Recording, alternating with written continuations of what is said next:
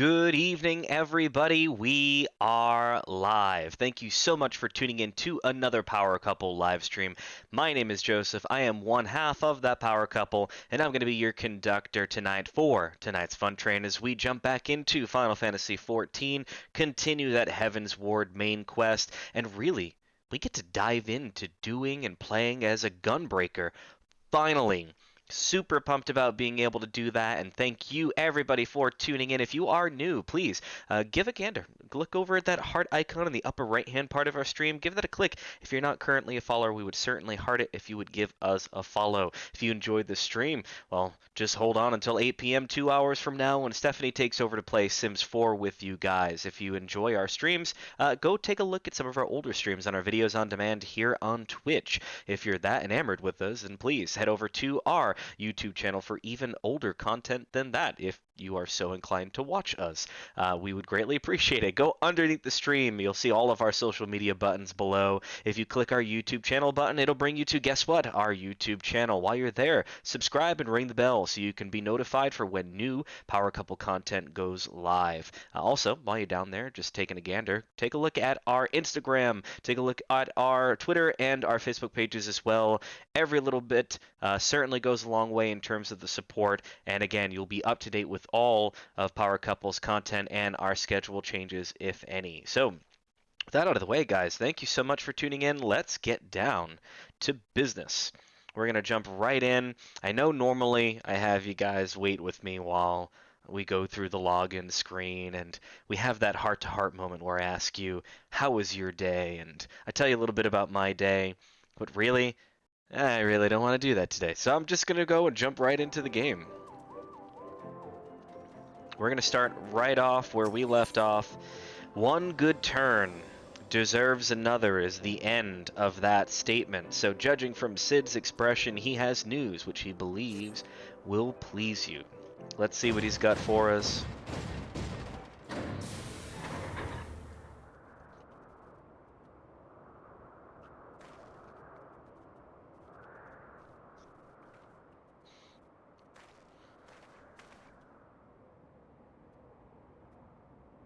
So for those who are or have not tuned in for a little bit, we've gone through the ringer. We lost one of our really good friends. I kind of had like an RIP, Sammy Sosa, see you later kind of moment for him.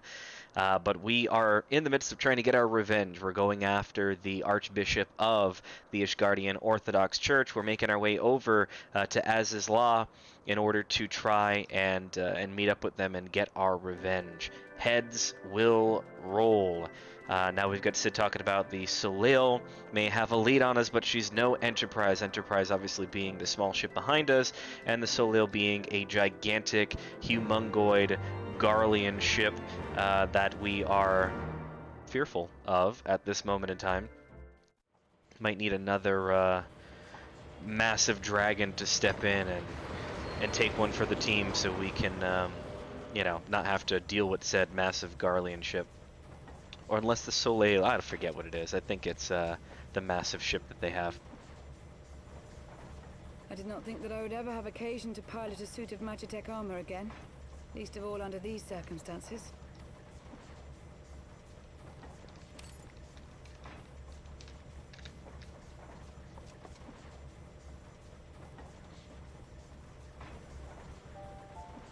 My full name is Lucia Go Junius, and I was born a citizen of Garlemald.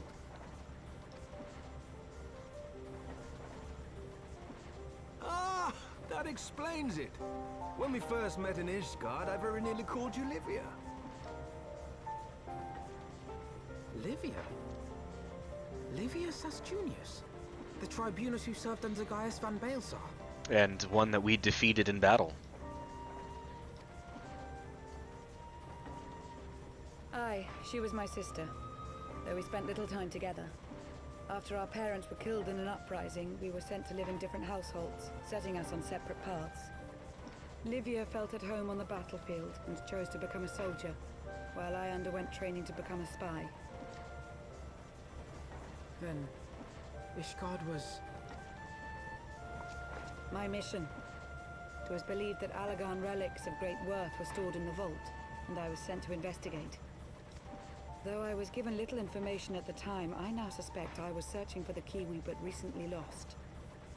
And then I met Sir Emmerich. So just for the record, while we have a slight little moments of silence here, I do like to make sure that I'm quiet for cutscenes, so those who are experiencing it for the first time like me, maybe perhaps you can't buy Final Fantasy XIV, maybe perhaps you just don't want to pay for the subscription, but either way, if you're watching it for the first time with me as I go, I don't want to interrupt the experience for you, so I try to be quiet, and I give you enough time to be able to read the text on the screen, as well as listen into the cutscene, so I'm gonna be quiet now.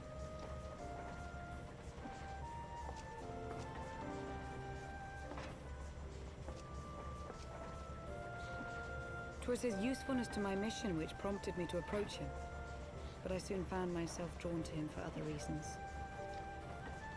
He too was a prisoner of his past, judged for his heritage as a bastard son of the Archbishop. Yet unlike my sister and I, he did not curse his fate. He simply rose above it. In time, I came to realize that I had found a man worth following, and a new home besides. And when I subsequently confessed all to Sir Emmerich, he was good enough to accept me into his service. I do not question your loyalty to Sir Emmerich. It is your loyalty to your sister which concerns me. So she said she confessed all. My question is, did she confess those feelings, though? That's what I want to know. I have long been of the opinion that those who dwell in the past risk losing sight of their future. My sister fought for her convictions and for those she held dear. So do I. So must we all. Well, I, for one, am happy to welcome a fellow Garlean to our merry band. Especially one who can make Magitech armor sing.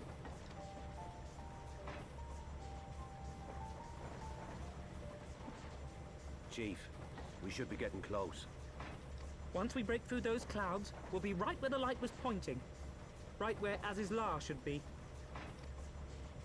Hold on, everyone!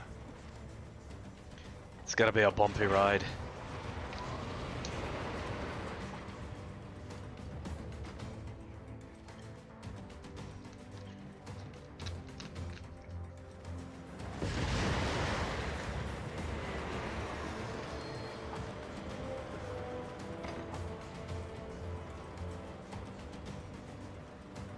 Look!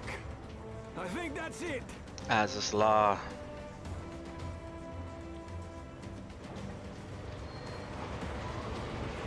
Now I forget, it's been a long time going for me, but I think this is where we might start to be introduced to, Chief, is that... I think the 16 group, missions that you jump onto. Sometimes it's it's 4. You've got your tank, your healer, your 2 DPSs, then you have your full group, your 2 tanks, 2 healers, and 4 DPSs. I think we double up one more time when we reach the Azizlar. Allegan. Aye.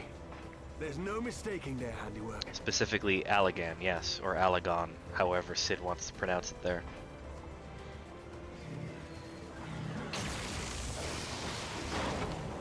What was that?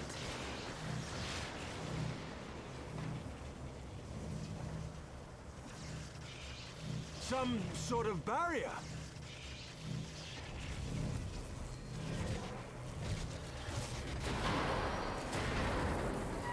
She won't hold, Chief! She's breaking up! I've lost the auxiliary propeller! Sid, it's no use! We must return to Ishgard and find another way! God damn it all!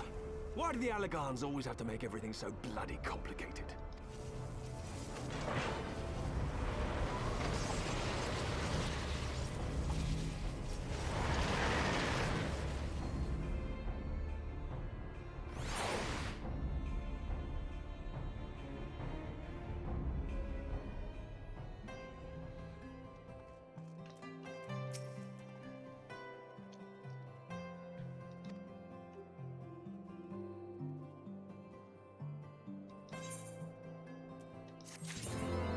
And thus a small little question is answered here.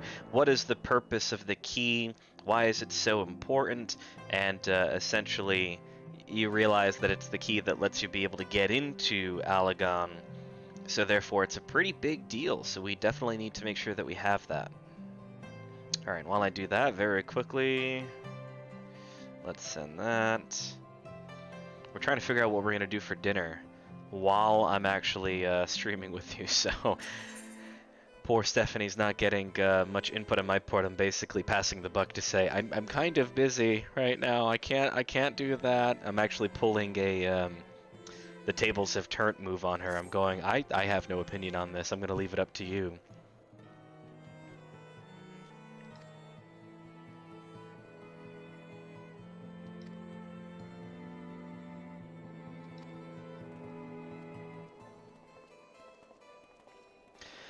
Alright, we are to speak with Eremic at the seat of the Lord Commander. Wherever that is, I forget where that is. Okay, so we're going to find the nearest Ethernet shard, and we'll go to the Forgotten Knight.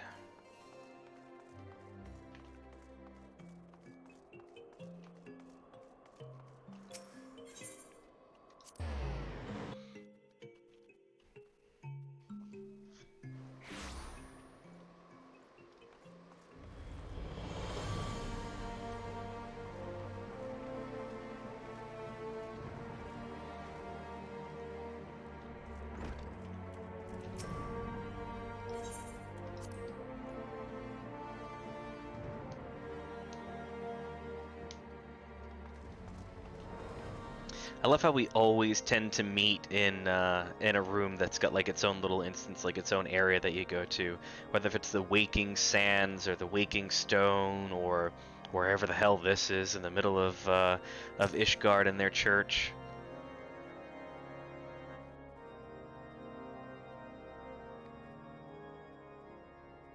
In summary, the Isle owes its lofty position to the industry of the Alagans. And we can be all but certain that the Archbishop and his cronies are enjoying the view from its top. I see.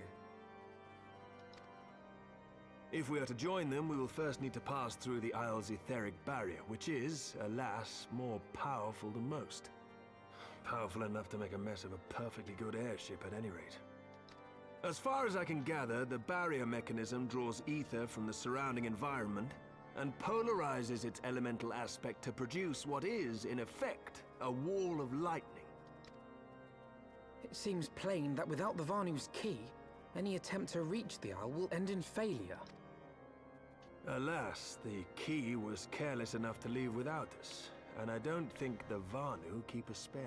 I mean, unless we're gonna go hunt another massive dragon, and oh wait, no, Master Garland, I don't think we're gonna do based that. on your experience, is there no other way that we might breach the barrier? Well, in the past, we've beaten similar barriers by nullifying them with elemental converters. But the one we're up against this time dwarfs aught we've encountered before.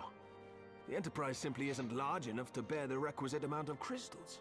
So some would say that if the power dwarfs everything that they had and, you know, that they encountered before, that we would indeed come up just a little short.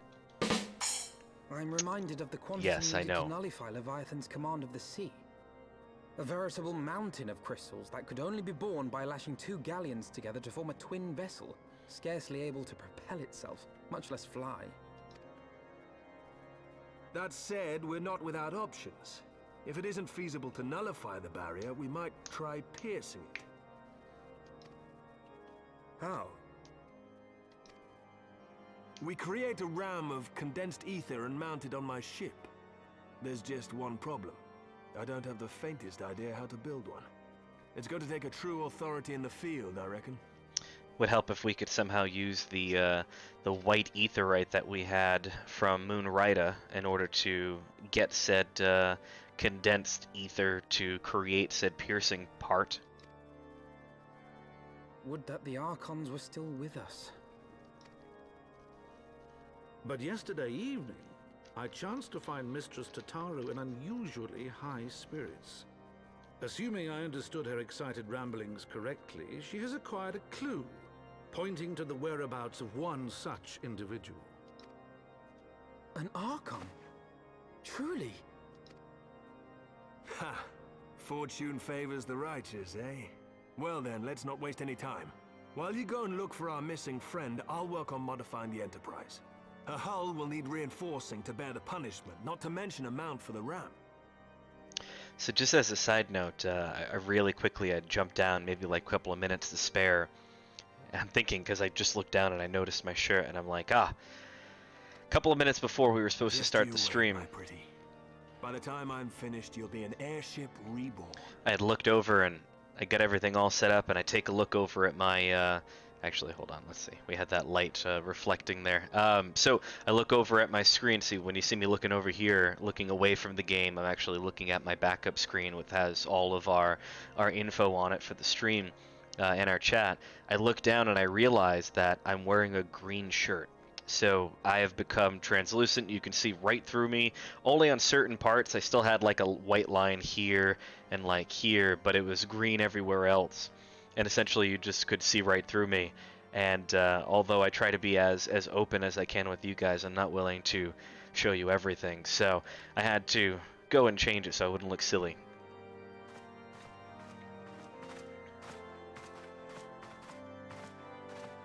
I'm open for anything for dinner. Please. Thanks. Send. There. Alright, we are to head over and speak with Tataru. It's funny because about the time that that message gets over there, knowing delay and everything, it's probably going to be just late enough to where she's going to be just getting home, if I time it correctly. Unless she's still at work now, but...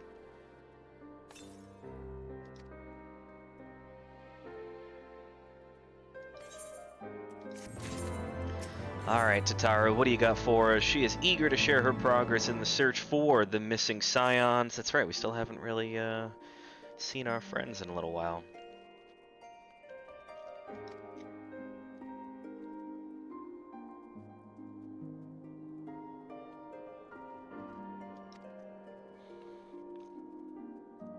Yeah, so when the Crystal Braves turned on us, they took over the Rising Stones over in Mordana, and we kind of lost contact with Minfilia and the crew.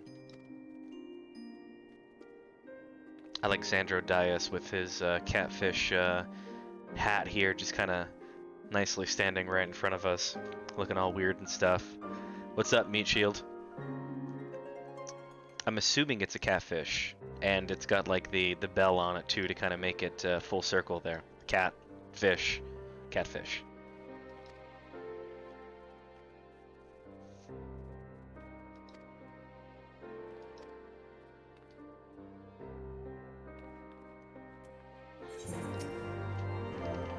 Let's wave to our friend. Our new friend. Alright, we're gonna speak with Pippin, Tarupin, in the Hall of Flames.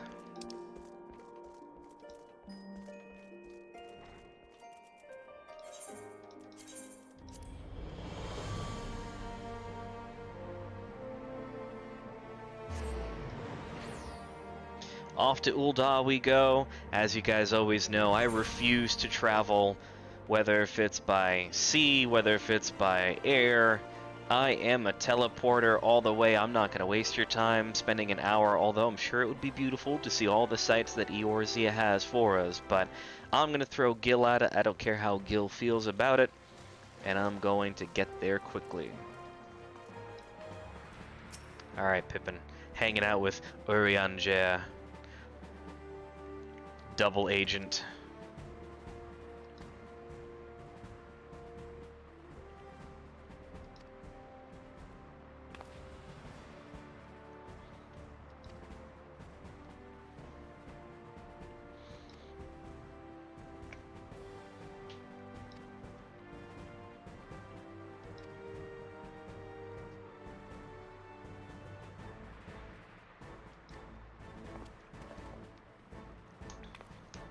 I was gonna say that looks like Ishtola's wand, but thankfully none of the deceased were any of our friends, so that's always good.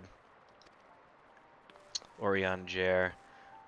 Again, double-crossing scion, whatever you are.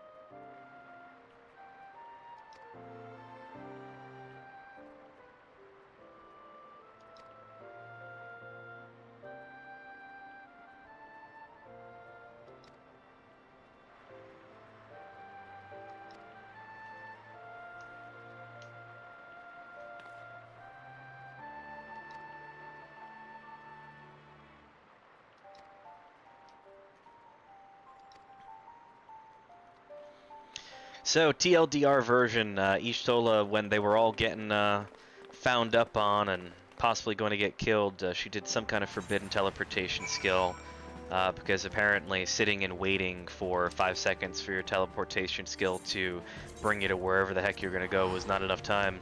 And she apparently used this forbidden spell that kind of makes your life essence just kind of hang out in the ether forever. And something tells me that she's just fine. But it kind of makes you wonder if it left the wand. It kind of makes you wonder if it's like a really messed up version of like Star Trek technology, or I forget where what movie it is. But every time you teleport, no, it's not movie. It's oh geez, I think it was Outlander. Outlander's the one where every time they go back and forth between time, that they wind up essentially leaving their clothes behind. I forget. Weird stuff. But, I mean, hey, to each their own. I'm not gonna judge. I'm not gonna yuck your yum.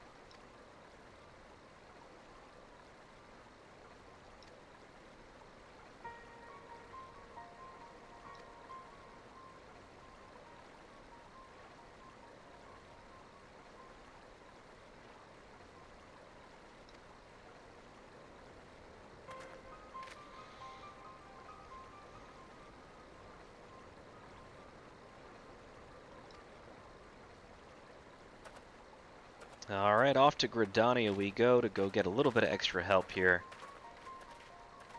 As Orianger had just said, our friend may very well be in the midst of the Twelves Wood, which is essentially the forest around Gridania. So we're going to go to the Elder Seed Seer, or whatever we call her, get a little bit of help so she can help us find Ishtola here.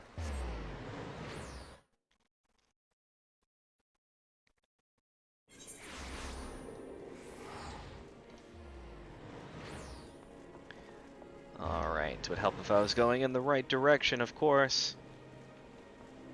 I like that we got all the Halloween decorations up now, all around every city.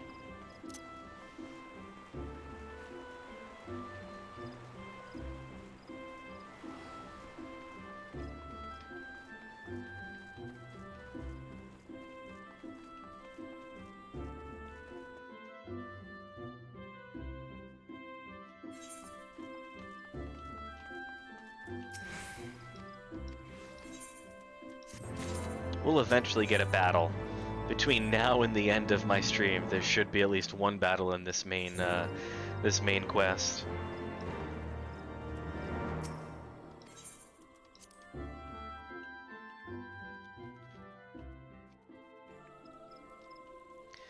Alright, off we go to meet with Connie Senna, that Elder Seed Seer that we talked about.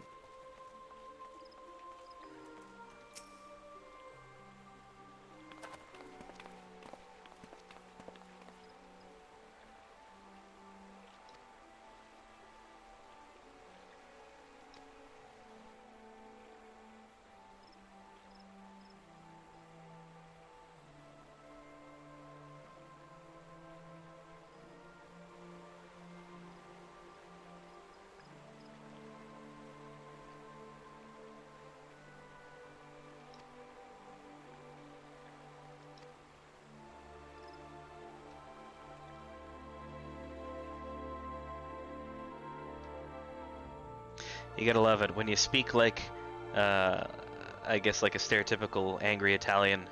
In requesting the Elemental's assistance to find your Stola, you must needs be aware of one difficulty. A difficulty born of the fundamental difference between man and Elemental. Anyway, normally when there's no voice or text in there, just that usually means that they're explaining something in depth.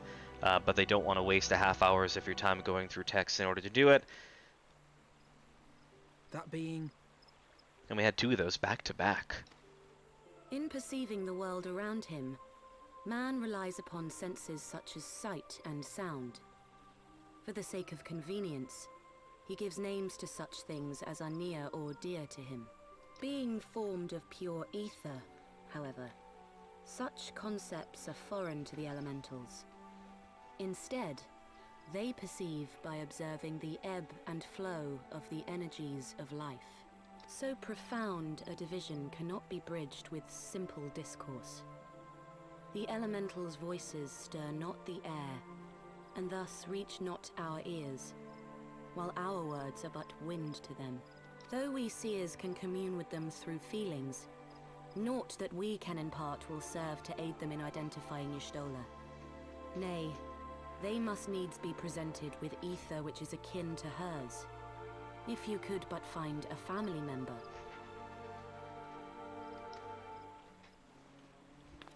Oh! I know just the person! Y'shtola has a sister who came to live in Gridania. She told me about her once. Oh, that is most fortunate indeed. Pray, seek this sister out then, and bring her to Evershade. There, we shall petition the Great One's aid in finding your lost companion.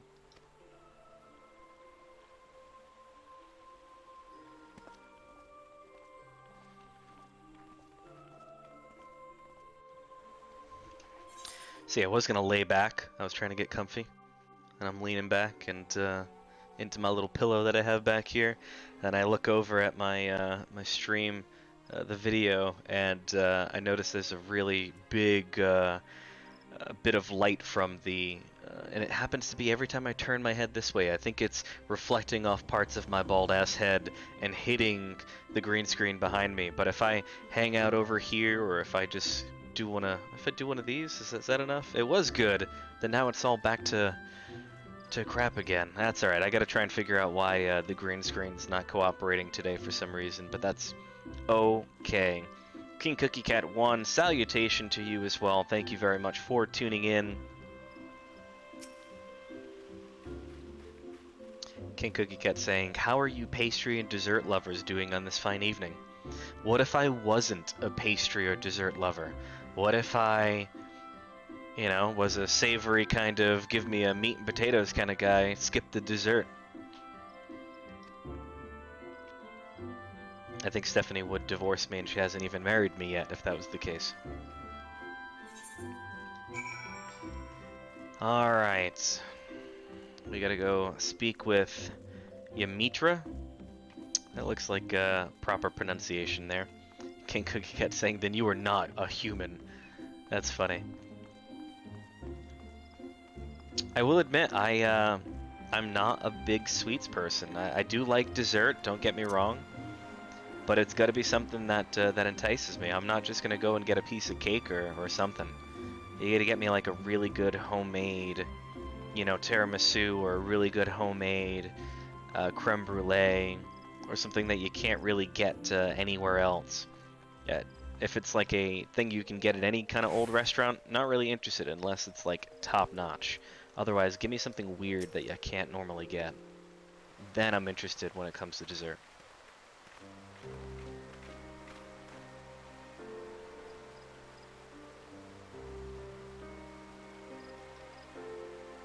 This green screen is going to bother the ever living heck out of me seeing the color difference here.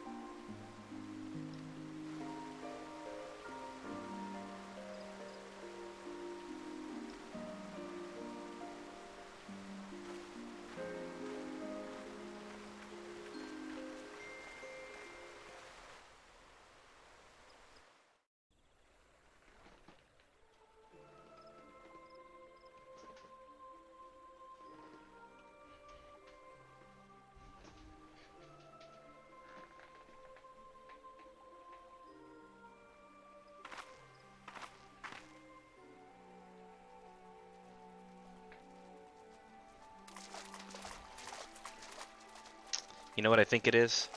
It's these Philips Hue lights that I've got behind me.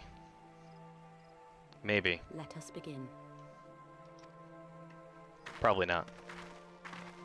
Raya O, Arun, if you would.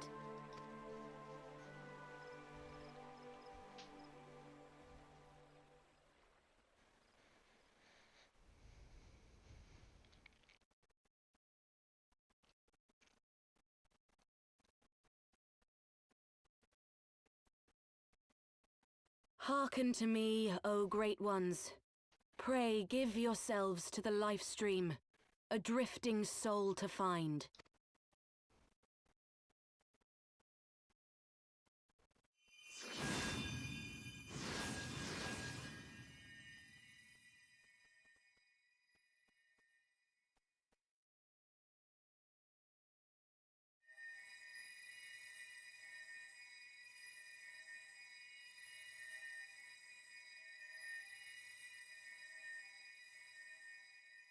Please, Y'shtola. Please come back to us.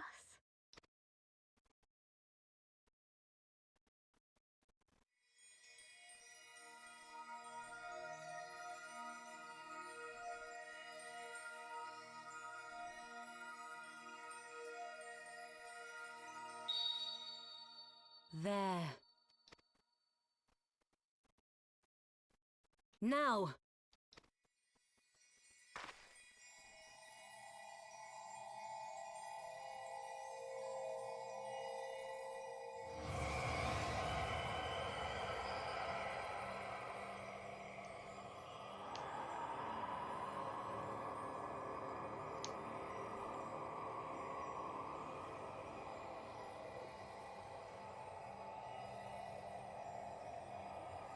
Couldn't help but just have like the funny thought of if like an arm came back placed in the wrong position, because they're technically putting her back together piece by piece with all of her ether. So it'd just be funny if she just came back just slightly different, maybe like a foot's on backwards, and it's like, no, we gotta send her back. We gotta send her back.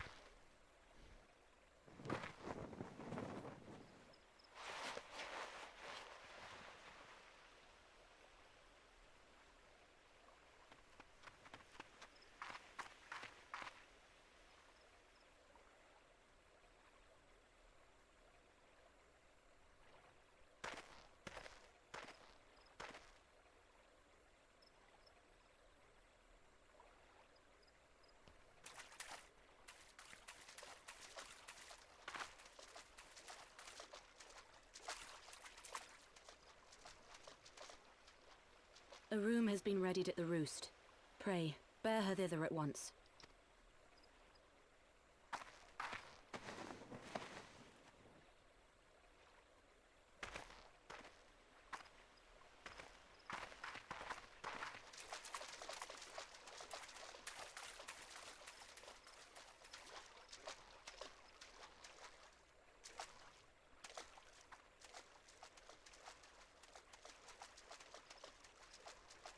All that remains is to pray, my friends.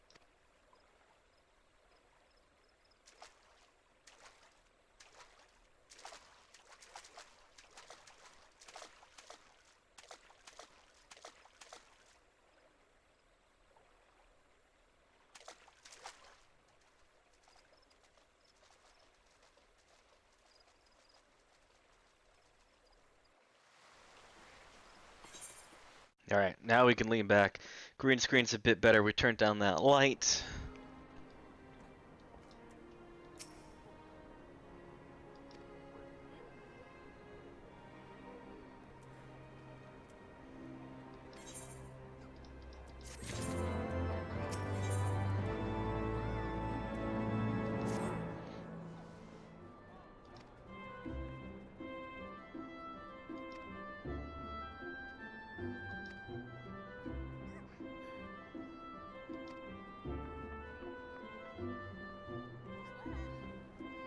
Oh, lovely. We're gonna go and complete Tataru's shopping list. Great.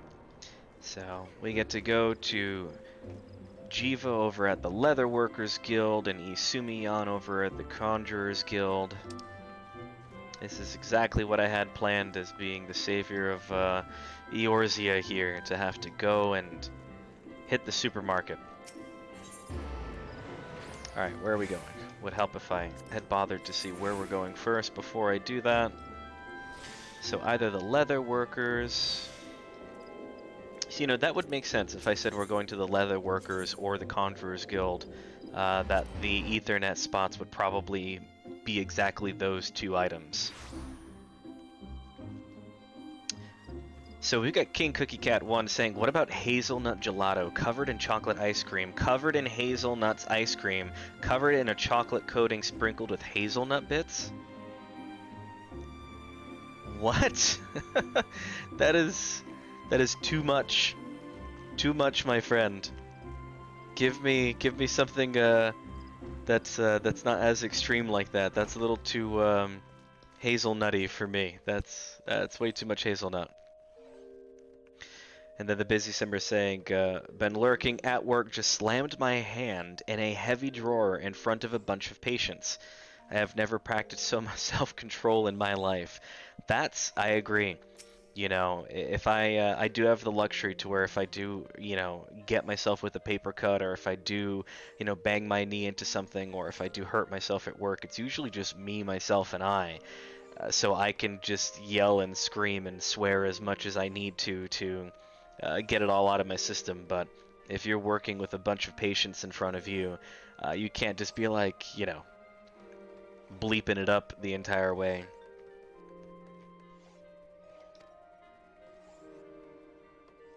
Might get fired.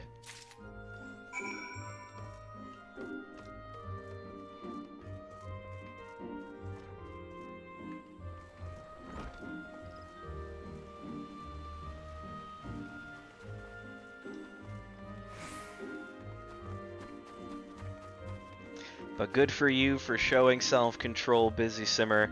I hope that you're feeling all right.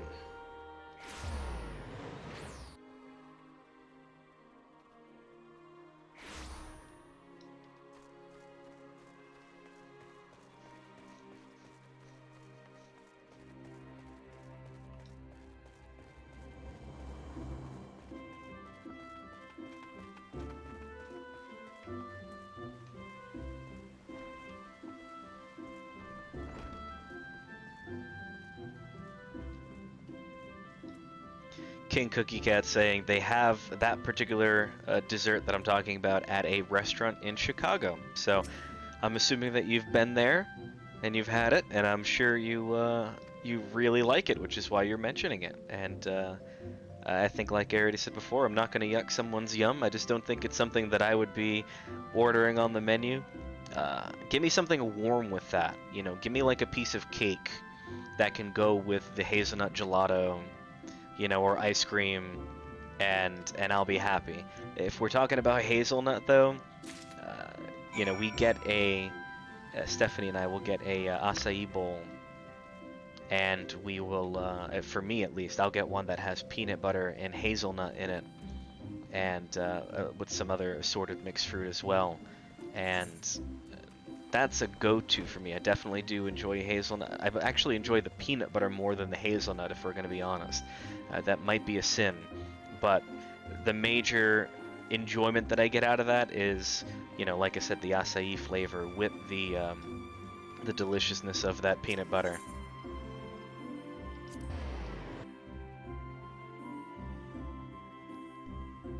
But yeah, if you give me something warm, you know, maybe like a la mode kind of situation, and then you give me that kind of hazelnut gelato or ice cream. Busy Simmer agreeing that swearing your head off because you injured yourself by slamming your hand into a heavy drawer is definitely a fireable offense. So I'm glad you're still employed. I'm glad it worked out. But also saying that they love their hazelnut coffee. So I would say if I had to pick between hazelnut coffee and I had to pick between that and French vanilla, I'd probably go French vanilla. We don't need to fight over it, but French vanilla is probably my go-to flavor if I'm gonna get one. But for me, I'm really just a Starbucks kind of guy. Give me, I'm in Dunkin' territory, okay? Where I'm located, you can throw a stone and you're gonna hit a Dunkin' Donuts. It's at every corner, everywhere you go. You can't go anywhere, kid, without getting your Dunkin'. That's basically what it is. It's I'm gonna get in a lot of trouble for this, but it's New England trash coffee.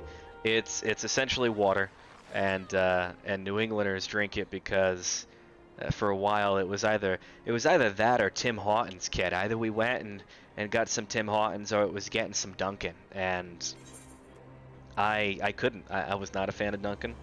Still not a fan of Dunkin'. Tim Hortons is no longer around, but they totally rocked it with their ice cream combo for a while before they completely dried up and moved back to Canada. You stole her! I'm so glad you're back! Tataru.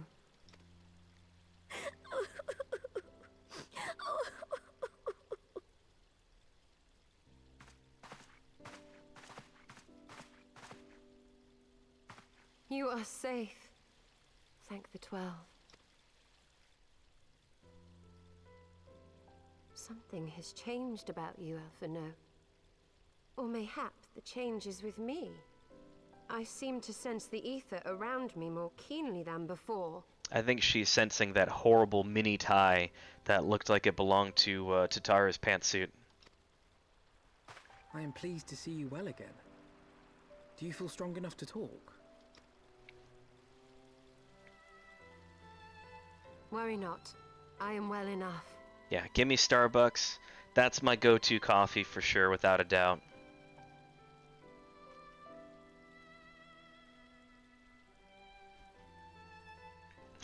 Busy Simmer saying that Starbucks got rid of their hazelnut coffee, so she hates them now, and she's sitting back drinking her Starbucks strawberry frap.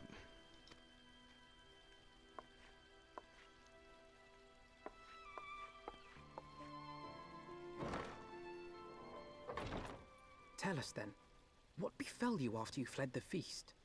We were told that there had been a tunnel collapse. That was my doing. I brought the tunnel down that you and Minfidia might escape.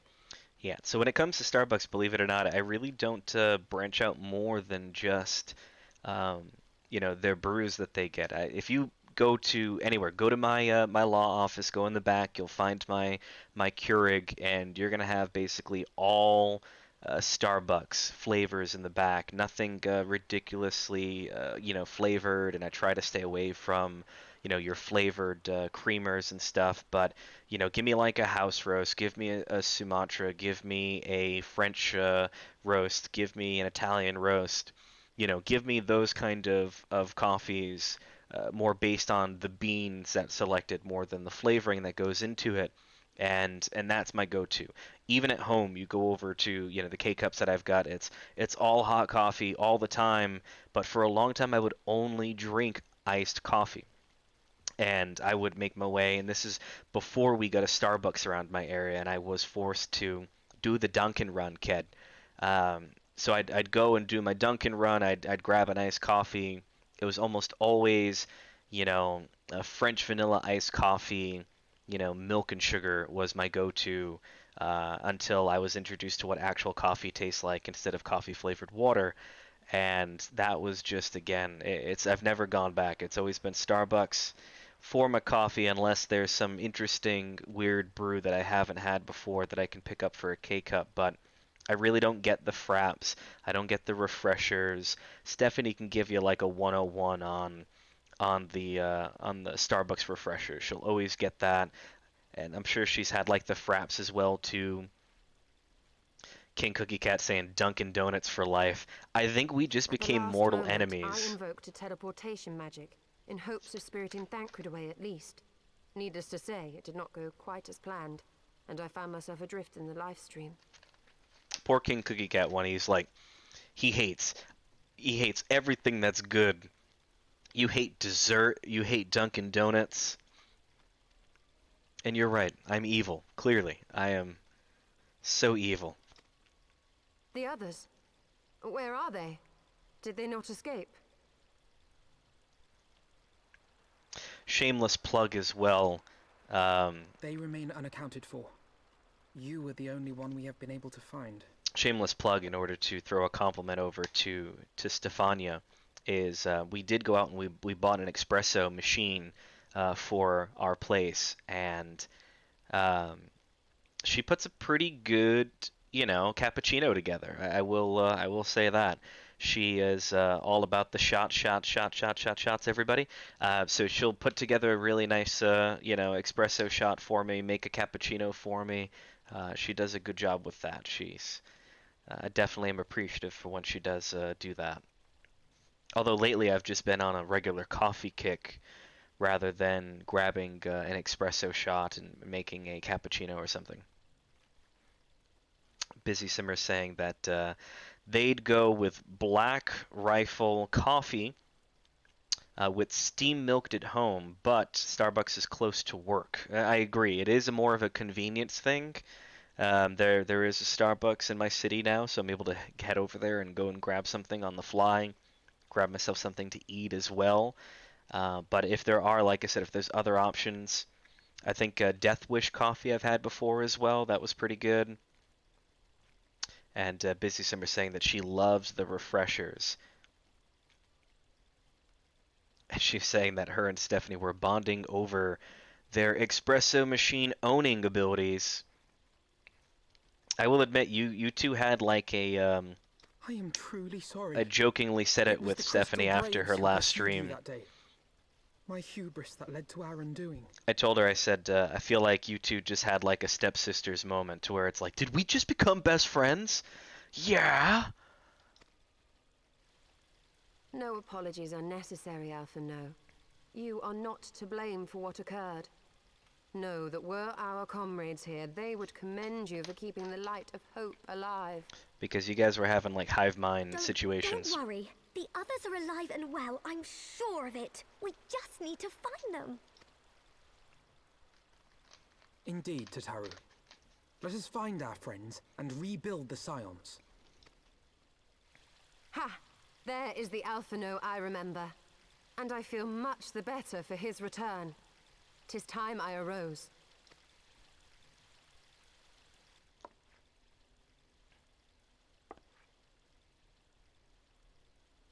That reminds me. I have a change of clothes for you. I don't like to boast, but I made them myself. I learned how to weave while we were in Ishgard, you see.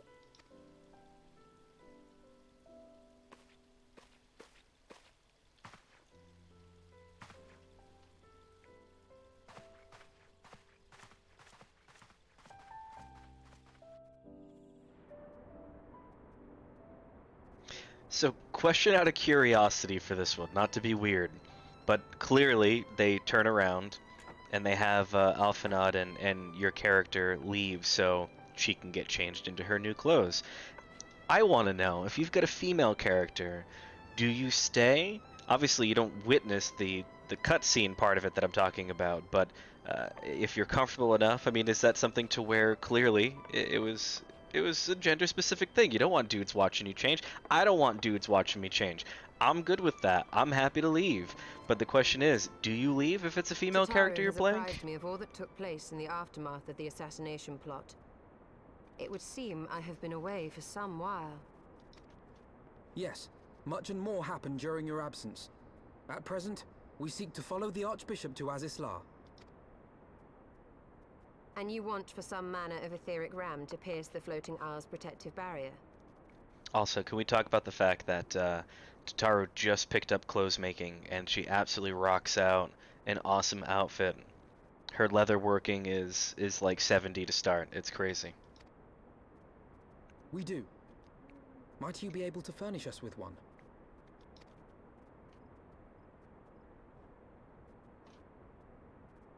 A means to prise open a hole in an Alagan barrier. And one large enough to admit an airship, no less. Nay, I lack the knowledge to devise such a weapon.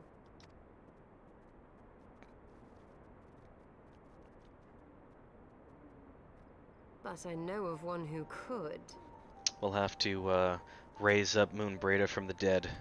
That's my suggestion. A leading figure in the field of etheric research, and one of the finest scholars ever to grace Sharlayan. Matoya, my former master.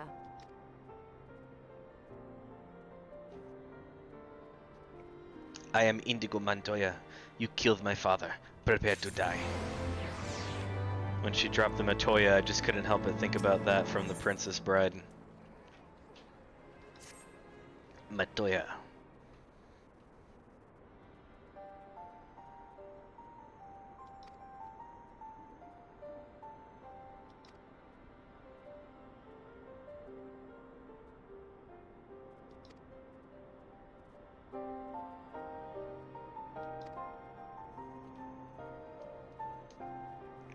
Dravanian hinterlands we must go to find our recluse master, whatever you want to call it, who understands everything about ether, and hopefully she can give us the heads up on what kind of ether ram that we can get to break into Az's Law.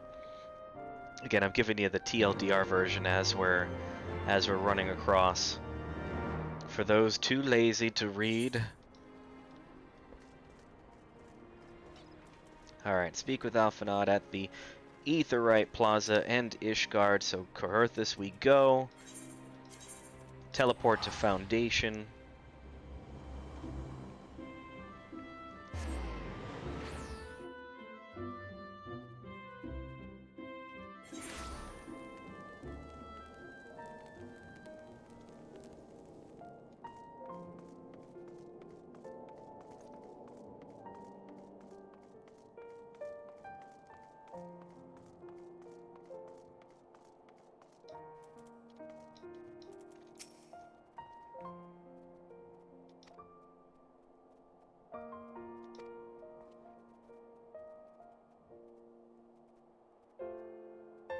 Here I am missing out on a text here on what to do for dinner.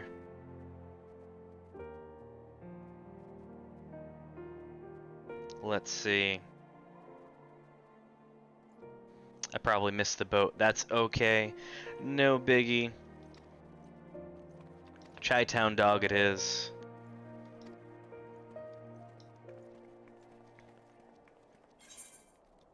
Although, if we're being honest, you know, if I had to pick between like Koneo and hot dogs, where you get, I think we had talked about this a couple of streams ago about what type of hot dogs I'm preferring, and we're gonna shake our tail feather over at tail feather. But I'm a fan of your traditional Koneo and hot dog up here in the Northeast, so that's like a, you know, kind of like a meat sauce with white onion, with mustard. Get a little bit of that sauce from the meat sauce on there. It's a great combo. I forget, I think it was Shadow that was on that had made mention that they like to replace the onions with sauerkraut, and I was like, you know what, that actually sounds like a pretty good idea to me. That sounds like a good mixture. But that's more of a New Yorker thing, I would say.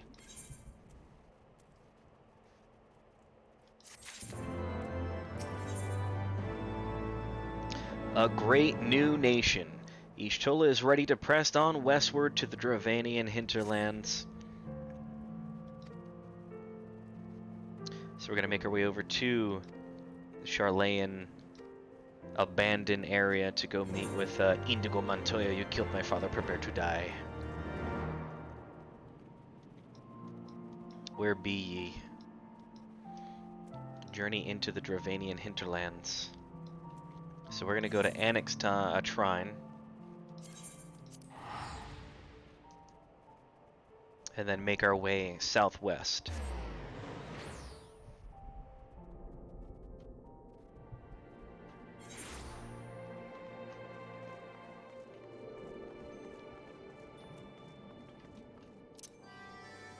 Alright, Mount Roulette, let's see what we got. We got the Mana Cutter.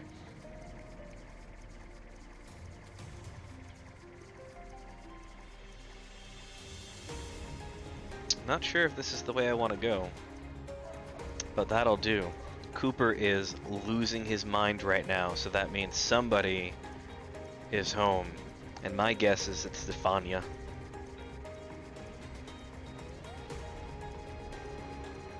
That's funny. I had said, Chi-Town sounds good, please, and she's like, nope, too late, I'm literally parking, I'm so sorry. That's funny. So actually, I called it. I knew I was going to be just a little too late. That's alright.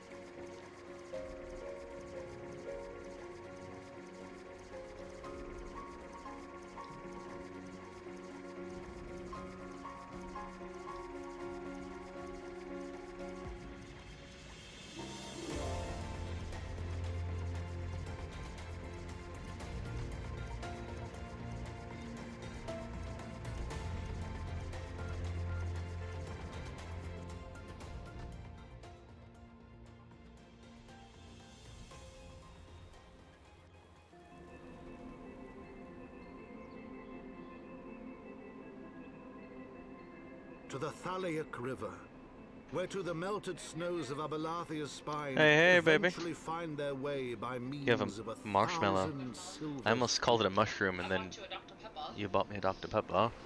How many Dr. Peppers, babe? 14? Nope. whose waters have long Nope. nourished the Dravanian Must have had me about 15 Dr. Peppers. So provided for a settlement of learned souls from across the northern seas. How many Jennies? 12. I must To the have owned me about city 12 of Jennies. Oh, I got that one right. I'm That great stoked. seat Okay. of knowledge, For the people at now home. abandoned by her They kin, probably can't really hear you. vacate. For the people at home, sorry, I'm eating a marshmallow. ASMR. So, when Joe and I started dating, I'll tell you guys on my stream, but Joe hadn't really watched any movies except for Forrest Gump. And he's watched it like 200 times. He could quote literally any line probably for you. I wouldn't go that far, but Most of them. you're getting your sprinkles on me. So I brought you a Dr. Pepper. Thanks, I babe. got you the garlic cheeseburger, I'm sorry. Uh, Mike, you like to try the weird new thing. I do. The new weird thing and you're like, want stand by. She, Stephanie was nice enough to pick up the new garlic cheeseburger, bacon burger. Bacon.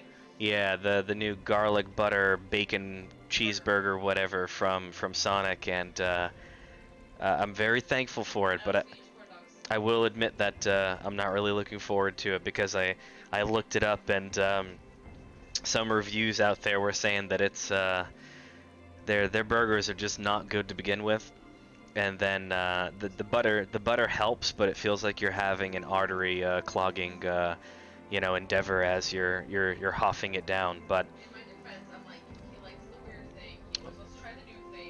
She's spot on though. She's saying that, and I was actually just talking about that earlier. I usually like to try some weird stuff, so um, she nailed it. She's right. That was good logic and thinking. Well, I literally parked there for a coffee in like 10 minutes, and I was like, alright, he's not gonna answer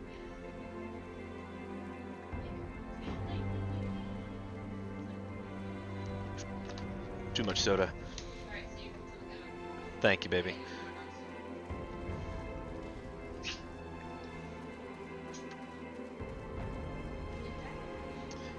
Oh, Cooper's gonna go with you. I've been abandoned. All of my loved ones have left me. I am now alone. Alright, so we are going to make our way northwest.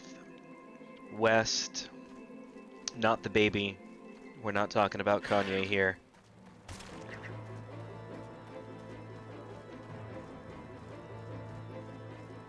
We'll grab this ether current since we're right here.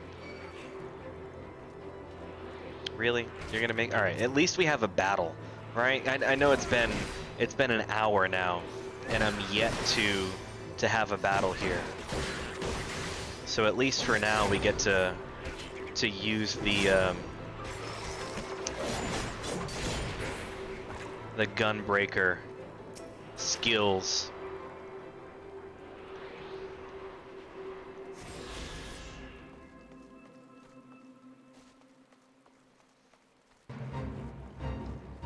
Alright, let's jump on a mount. What do we got this time? Black Chocobo it is. We've got a little bit of a distance to run here, so... A wildebeest.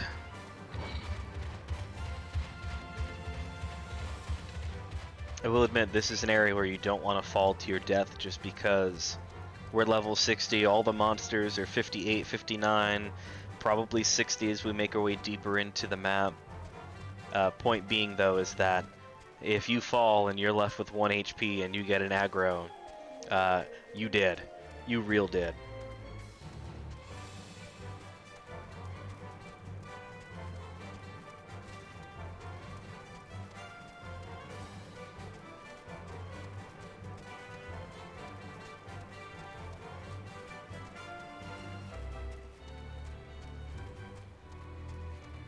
I will say the Chocobo riding song does not get old.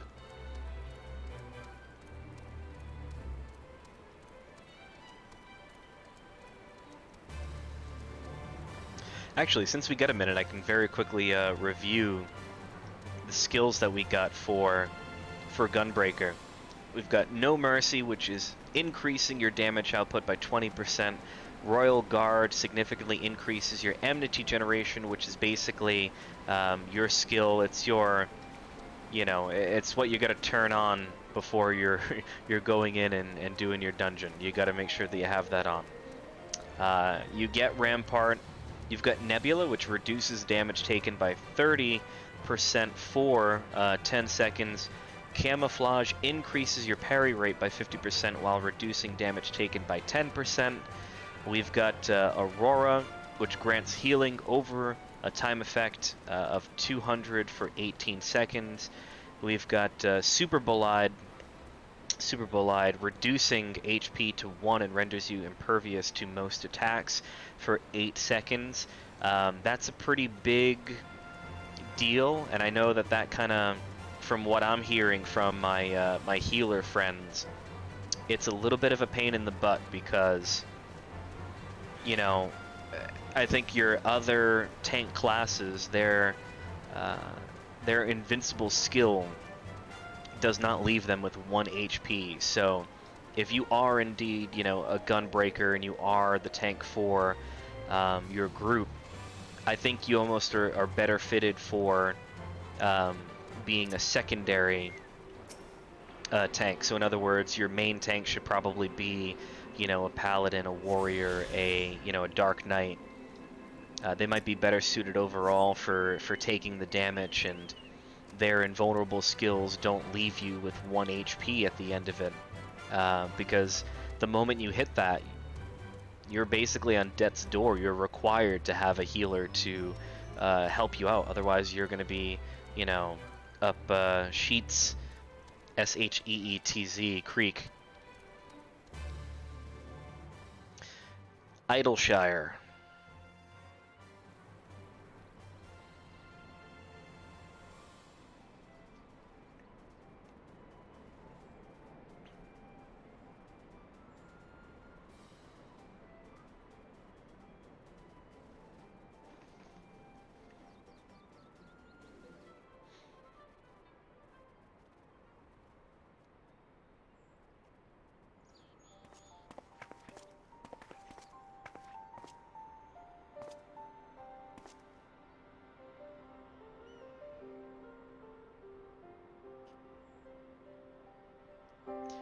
Knowledge seeks no man.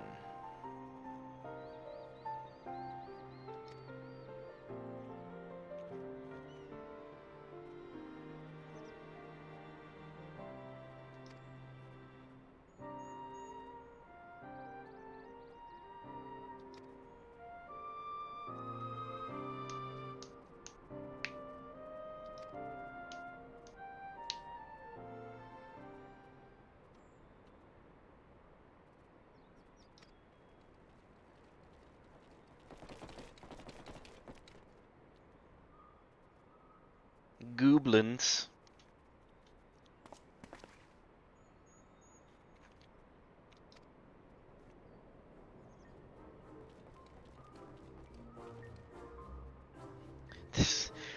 This kind of reminds me of the 90-day fiance that Stephanie watches, but they've got I think one of them Ziad from some Middle Eastern country. I forget where. You'll have to accept my apologies on that one. But he's like, this make me very much angry.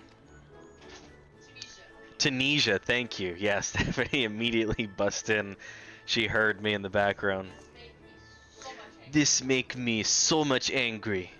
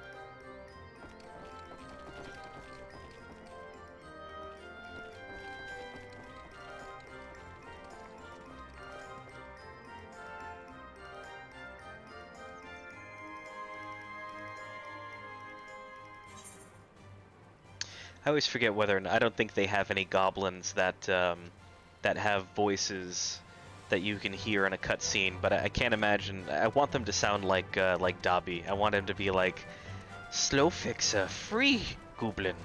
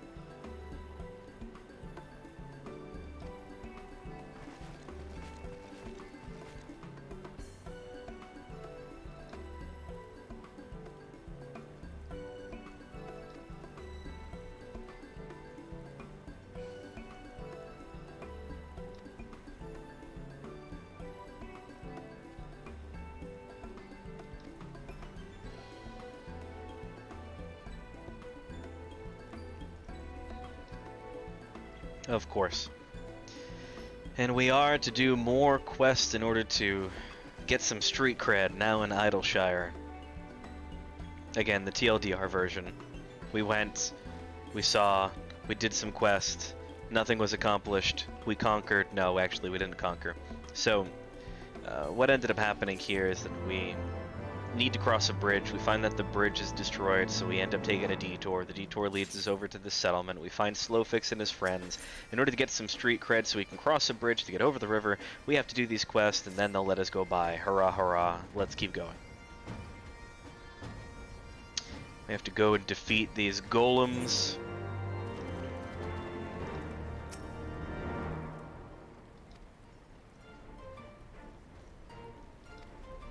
So we're dealing with automata, so in other words, they are AI. Woof. Enter the coded command knots and crosses to unmake a golem. Aight. So, let's go ahead. We'll go to say, and we'll do knots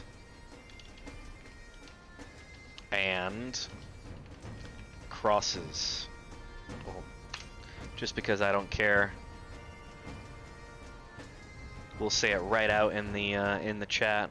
Everyone around us can see it. That's all right.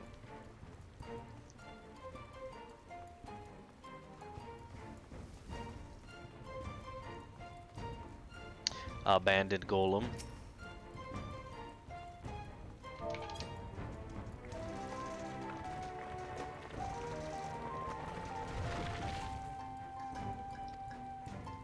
Poor guy.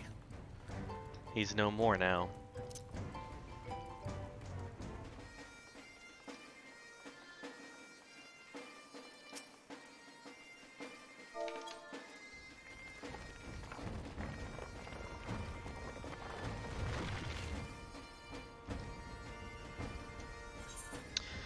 Alright, we are to report back to Slowfix. Really makes you wonder why they just couldn't have done that themselves. It's like a 2-minute chore. It's like, with all the other things that we gotta do, yelling, knots and crosses, was at the least of their desires to do, apparently.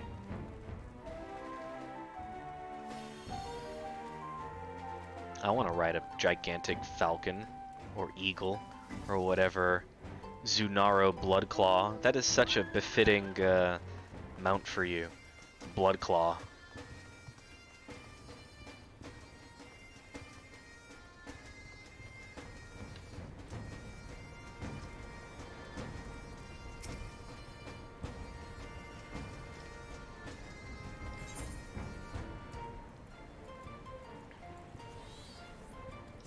Not a big fan of the rewards we're getting. These are under-leveled items, to say the least.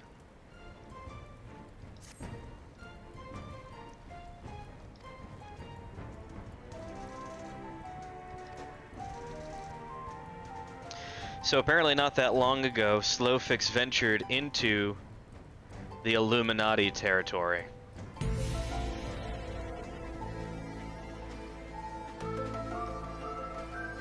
The Illuminati are nastily goblins.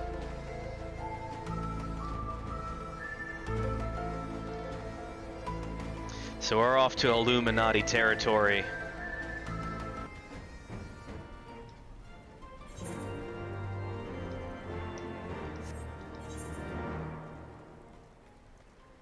Wherever in the world that is. Alright, here.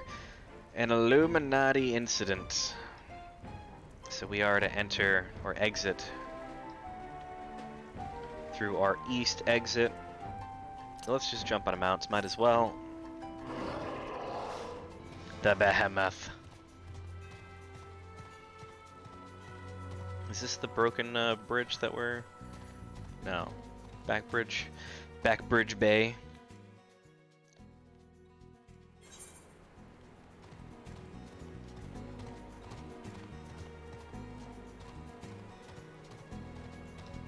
Although you have to love the way you look and sit. You're just super comfy on your like awesome, you know, throne while you're riding the back of this gigantic muscle beast.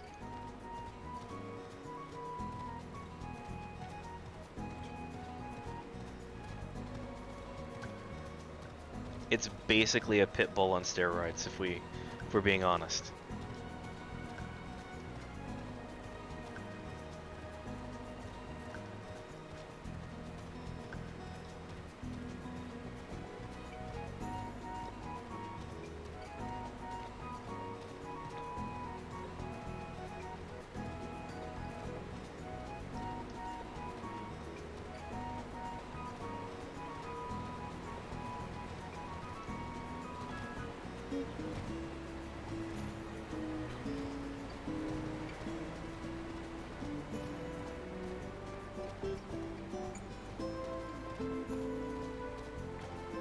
So I think on Sunday, guys, which is the next time Stephanie will be streaming after tonight. Normally we do Monday, Wednesday, Friday, and Sunday.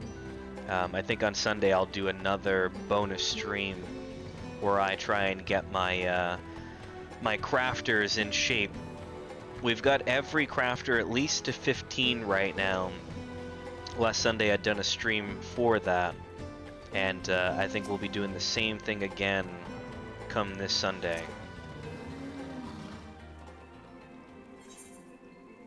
Alright, finally we're gonna get a battle.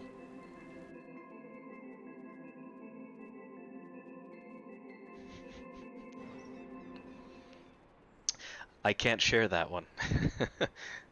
That one I can't say.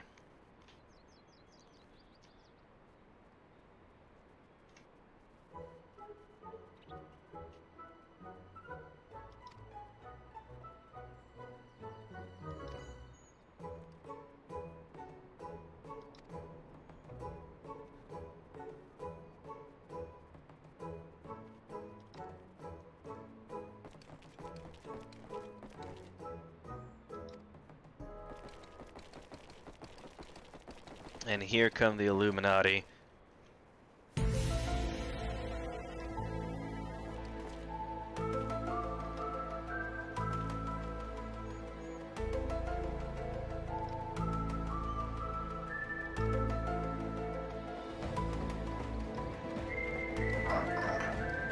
Alright, battle time.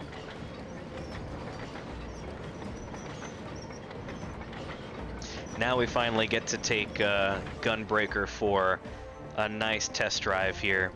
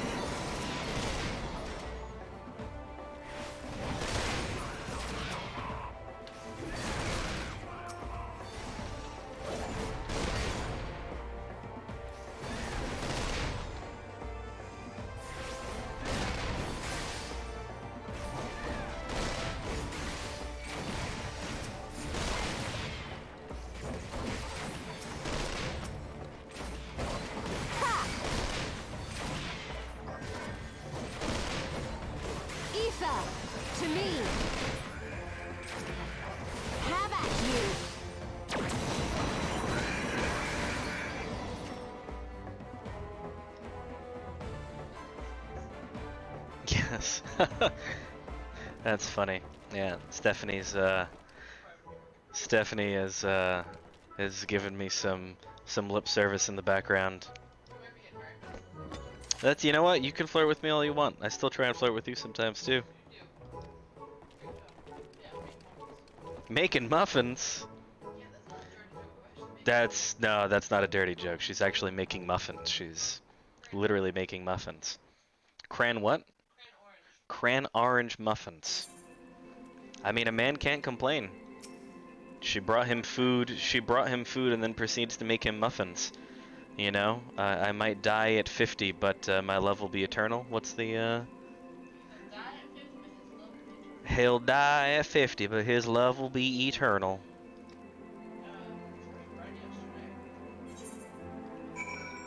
Yeah, you did make bread yesterday. That's true.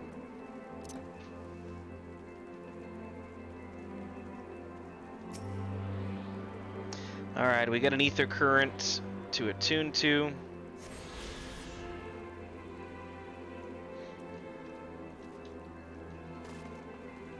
Alright, now we can speak with Slowfix in Idleshire.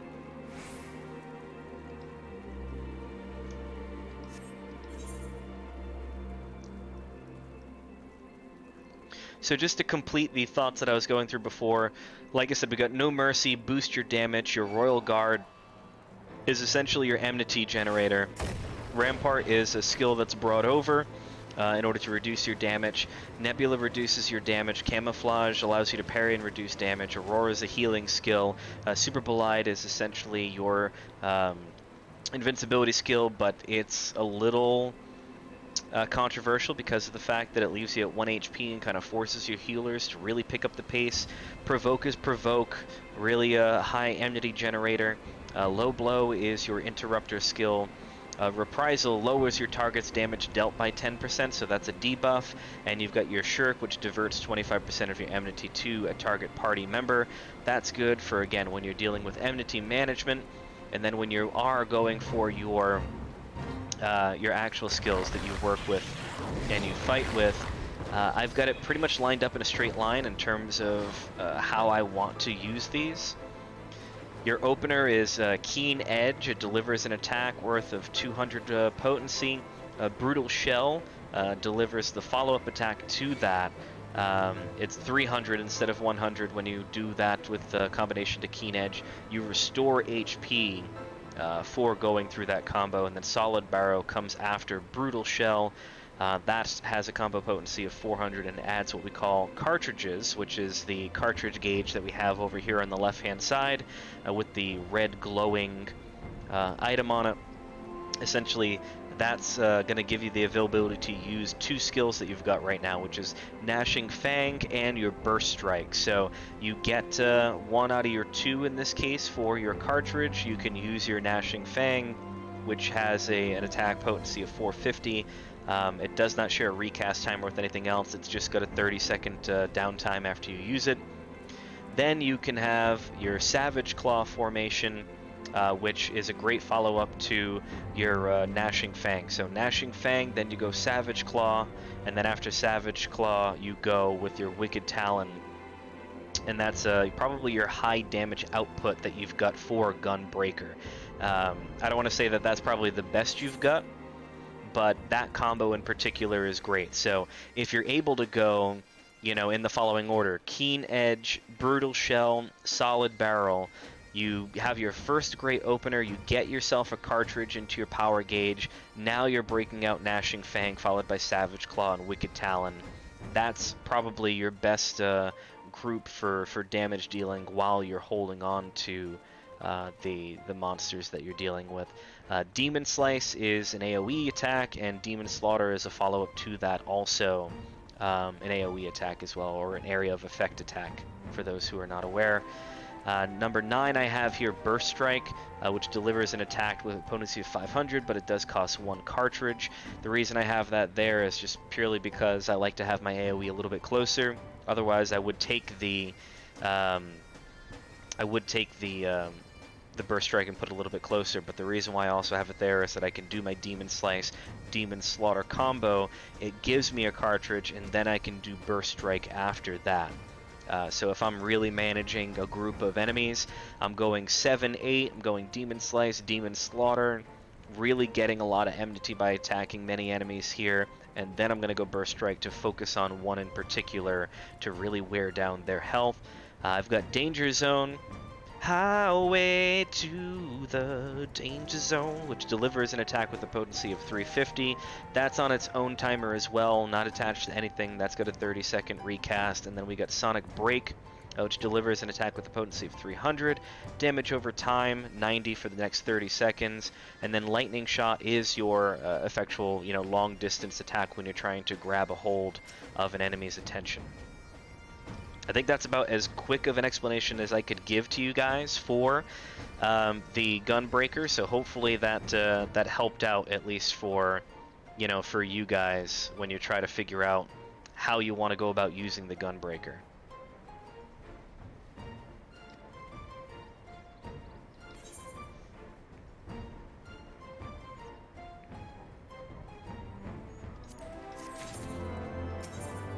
Alright, leaving Idleshire. We barely knew ye. We were just here, and now we're not.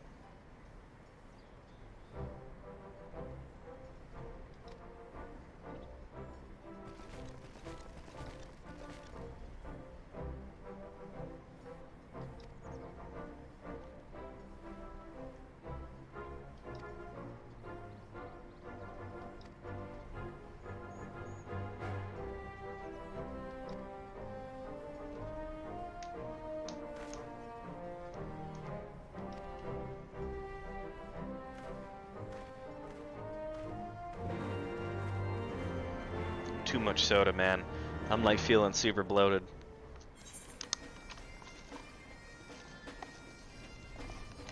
But it is Dr. Pepper. And I do love me some Dr. Pepper. I will admit that.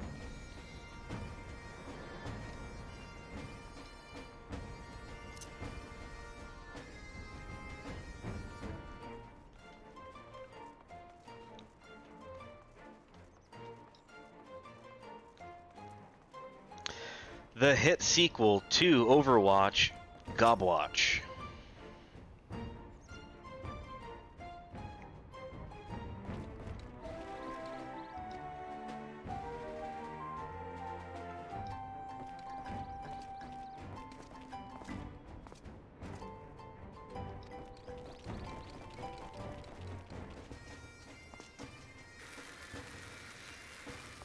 Might want to get out of there.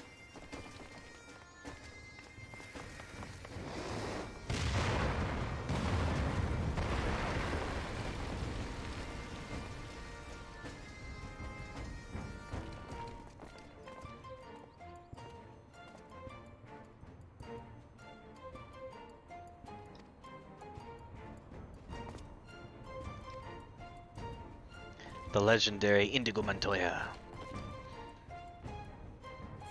I'm looking for a man with 5 fingers.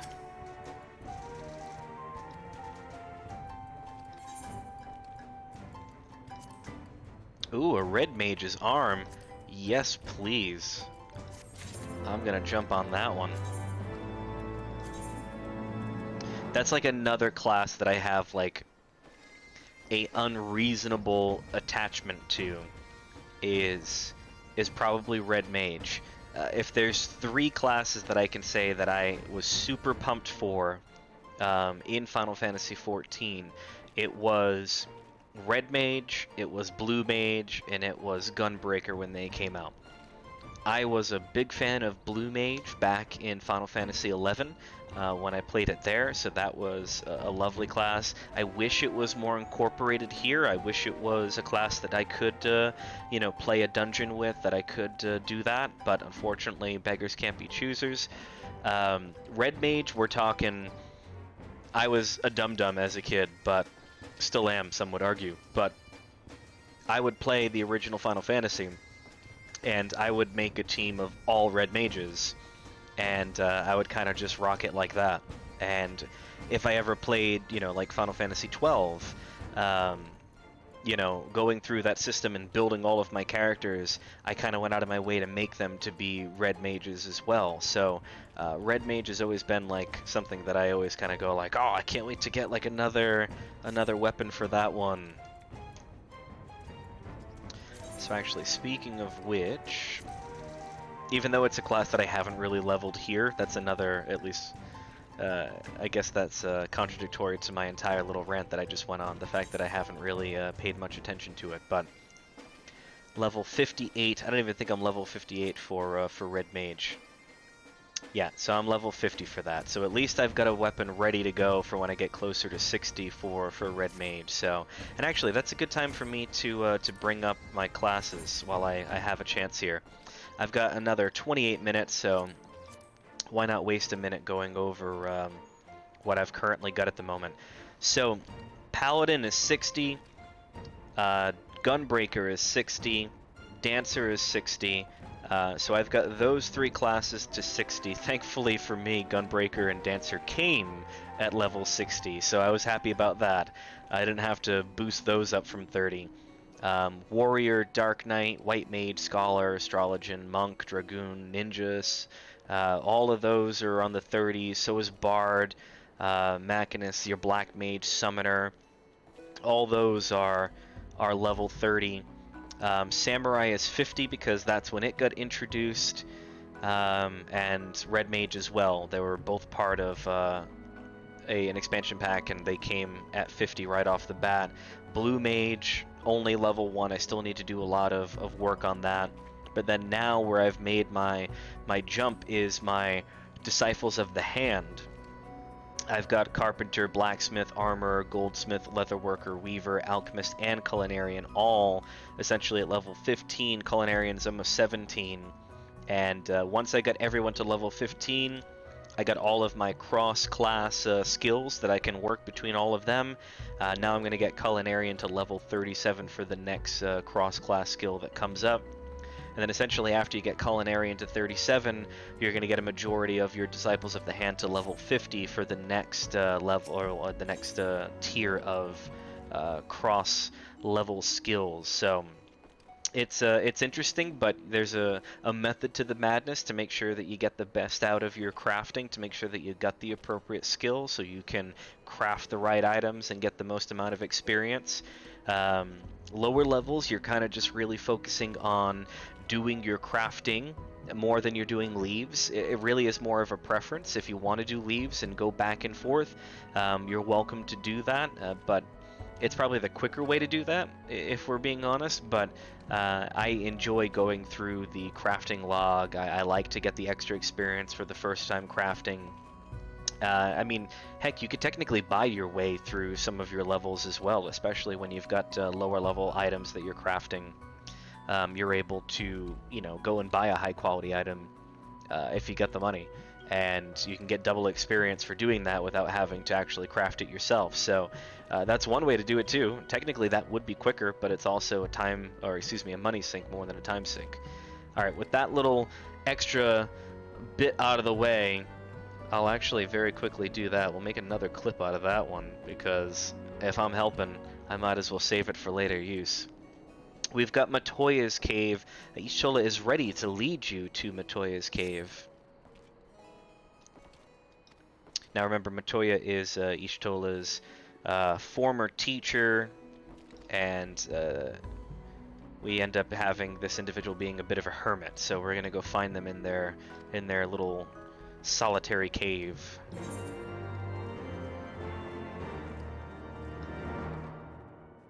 The Dravanian hinterlands. We got to shake our tail feather for a little bit over in Tailfeather, but we started from the bottom, now we here.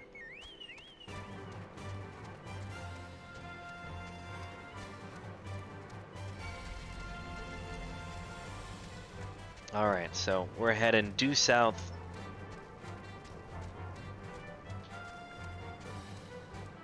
As much as I really don't want to go up there, I'm going to, just because I want to get that ether current. It's like it's a love-hate relationship. Ether currents absolutely suck. I'm not going to hold back any punches. but it does make travel a lot easier if you do attune to them. So you have to kind of do it. It's just not fun to do it at all.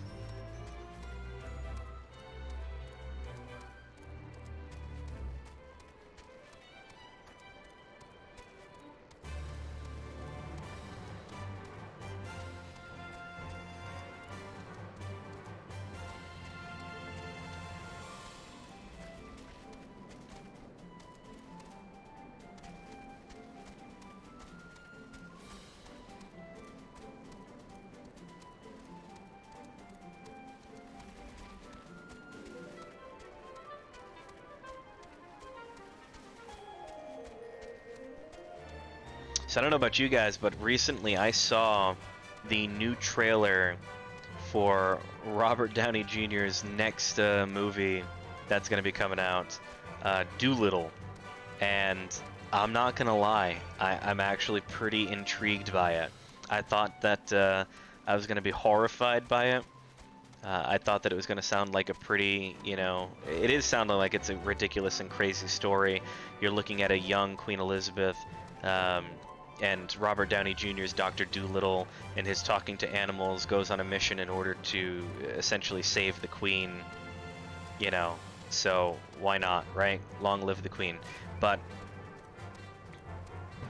I couldn't help but kind of just be enamored by it. He does have like some weird speaking in it. I'm not a big fan of his accent in some, you know, respects to it, but I kind of left the trailer going, all right, I wouldn't mind catching this when it comes out in theaters.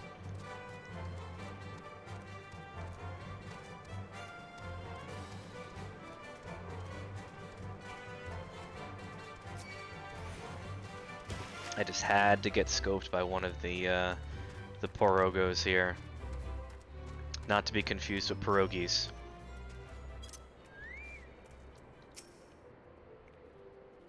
You know, now that I'm over here with Ozil Wo Zawan, which kind of reminds me of like Don't Mess with the Zohan for some reason, but I should be utilizing Burgundy. I think I named him Burgundy, but my my Chocobo companion. If I didn't name him Burgundy, I named him Cooper, because I name everything Cooper in games. That's your companion.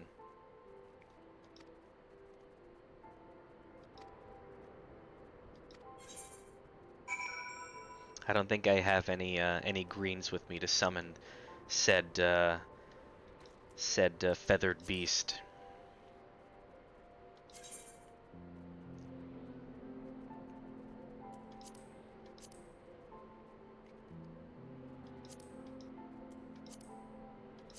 Let's see what we got.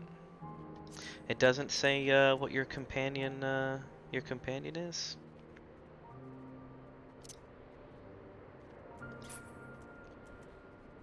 I wonder if it'll show if I place that. No, it doesn't. It just breaks out the chocobo. That's all right. We'll make it work. I'll go get some greens in a little bit.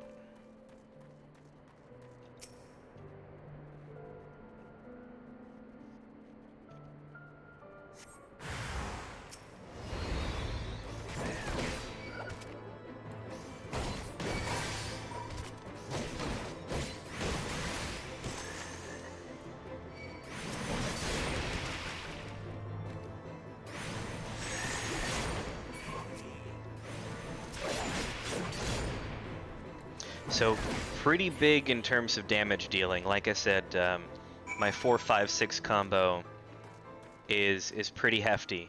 Gnashing Fang, Savage Claw, and Wicked Talon, they are without a doubt a very, very good combo. So let's very quickly, we'll practice on the Pierogo here. So 1, 2, and 3 I start with. We get a cartridge. We start with Gnashing Fang, Savage Claw, and then we're wrapping it up with Wicked Talon. So, you know, it takes a fair amount of health off of these guys. It's a great combo.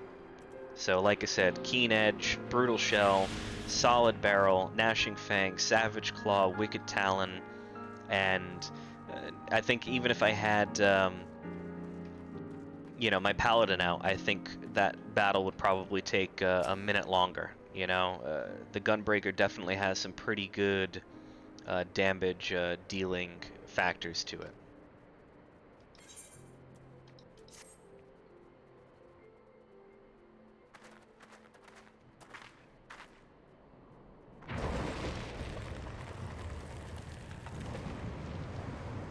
You get some Ishtola breaking out the force, moving some rocks with it.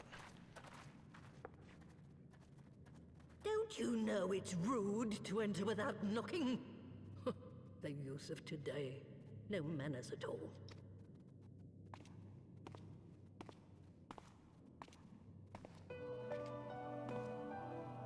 I want to know what's up with all the face Though tattoos. we neglected to knock, we did create something of a commotion. I had hoped that would suffice. Heavy-handed as ever, I see. And still not a hint of grace. Some things never change. To give credit where credit is due, I learned from the best. It has been too long, Master Matoya. It's like everybody Mike Tyson it up. Everybody's just getting face tattoos in Eorzea. Not sure why that's the case, but I mean, look, whatever, if that's what they're into. Indeed it has. Oh, it's good to see you again, my girl. And with your fiery spirit unquenched. But look at you, all grown up and womanly. The one there in the fancy duds, that's Louis Soir's granddaughter, I take it? Oh, grandson. Grandson, begging your pardons. You knew my grandfather, my lady. Burn. Knew him? Ha! We were constantly at each other's throats. Like rabid dogs we were. Oh, he was a stubborn bugger, was your grandfather. Never a dull moment when he was around, though, I'll give him that. As for you, boy, I've known you since you were a rosy-cheeked babe at the teat. Although, if we are going to be honest, Alphinaud and his sister are, I guess they're twins, but they look exactly alike. So you can't really blame Matoya for not you know, And catching my it. sister too, I gather. May I say what an honor it is to meet you again, my lady? Spare me the hollow pleasantries, boy. I'll wager my remaining good teeth you didn't come to a forgotten corner of Eorzea to flirt with a wrinkly old woman. Now out with it. What is it you need of me? Although, I mean, we wouldn't really judge you, Alphinaud, if that was your, you know, your ultimatum here, or your decided mission here. Angry Italian. Again, we're just gonna make sure that you explain stuff. Azizla. I never thought I'd hear that name again. You are familiar with it? As familiar as one can get from poring over musty old tomes. The Alagons set the Isle afloat not long before the sun set on their empire. Old Louis Soir and I often talked about it. The place is home to a research facility dedicated to finding ways of mastering mighty beings, such as primals and dragons. And find ways it did too, frightening ones.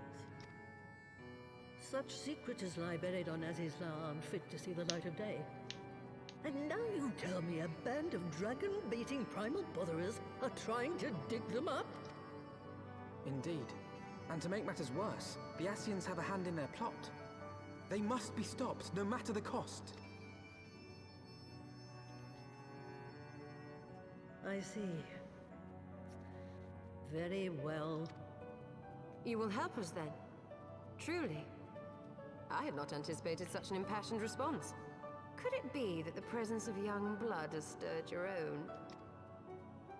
Ah, some things never change. One day that pertness is going to cost you your tail, my girl. Don't say I didn't warn you.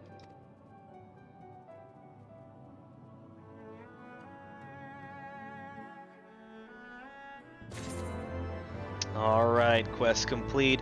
We've got 14 minutes.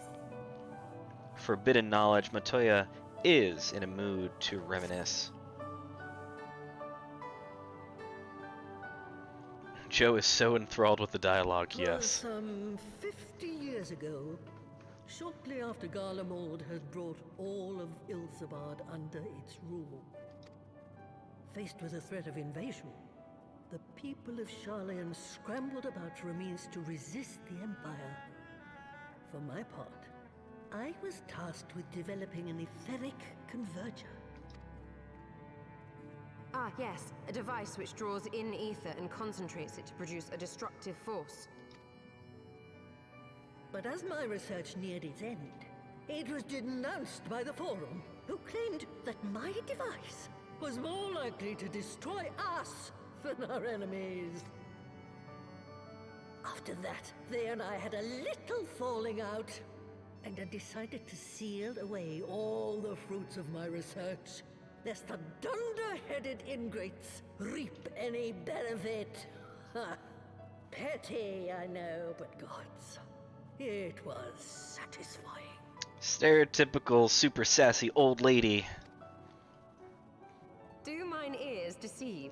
'Twas you, was it not, who was so fond of saying that all knowledge exists to advance mankind, that how it is used depends on us? I don't remember.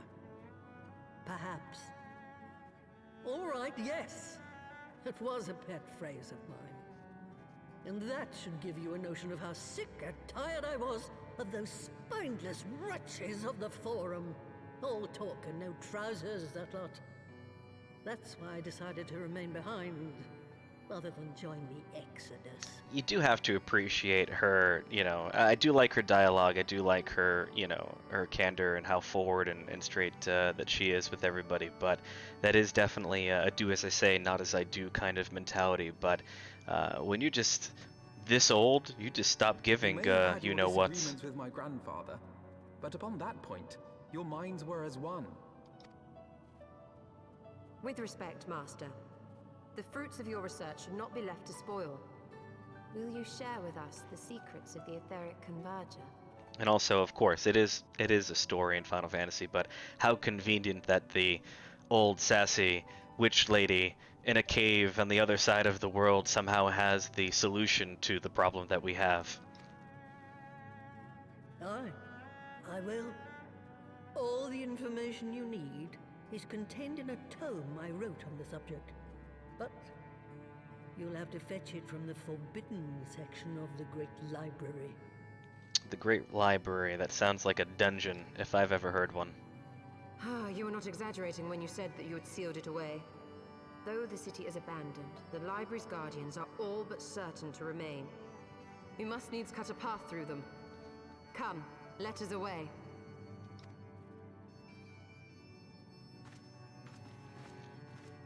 Not so fast, you lot. Stola and the boy are staying with me.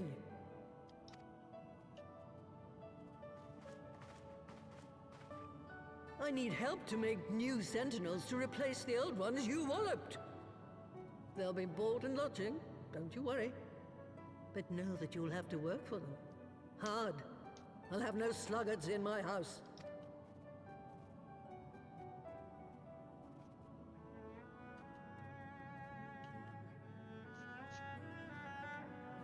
See, the Great Library, that sounds like a dungeon that Stephanie would want to go and traverse and defeat.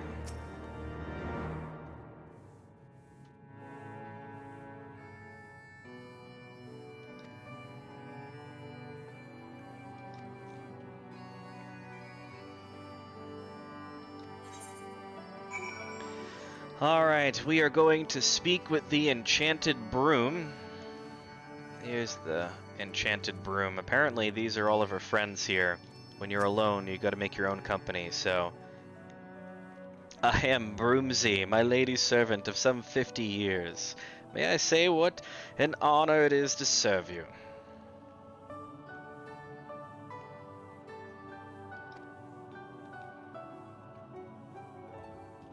So I always, look, I always think about things way too great here. Too much detail. How in the world is she giving consciousness to brooms? And whose consciousness were they before she implanted them into said brooms? And if she is indeed making brooms come to life, and it's not just like a Matilda like, dun, dun, dun, dun, dun, dun, you know, what are we dealing with here? Like, is it her own knowledge that she's embedding into the brooms, or is there some more unsavory nonsense going on in the background? Sauro Rogo's Common Life. That's a take on Rocco's modern life. So I don't know if anyone ever watched that some years ago. I know they recently redid that cartoon, but when I think back now, you know, into the early '90s when I was growing up, you know, you think about the cartoons that I watched, and Ren and Stimpy was like an absolute must. You had to have watched Ren and Stimpy, and when you look back at what we were watching, it's partly horrifying that that made its way onto Nickelodeon or whatever channel it was at the time, because there was some serious, ridiculous, like adult themes that were going on, and you know, being 8 years old, you had no business watching Ren saw a log over Stimpy's back in the fashion and manner that they did so. So there was some super inappropriate stuff. Rocco's Modern Life also was good for some inappropriate humor here and there, and again, older cartoons. You just, you know, it was edgy. It was like they wanted the parents to also watch with the kids, or they just really didn't give two you-know-whats, and they were like, you know what? We're gonna make this joke for me, and I don't care if it scars the 10-year-olds that are watching it.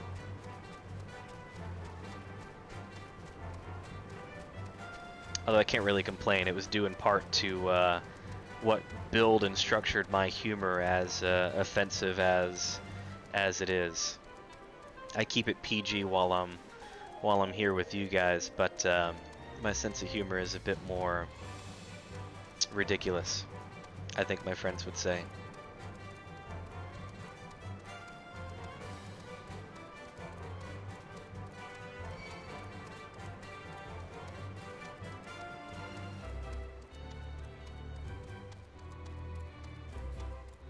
What up, Broomsy? Alright.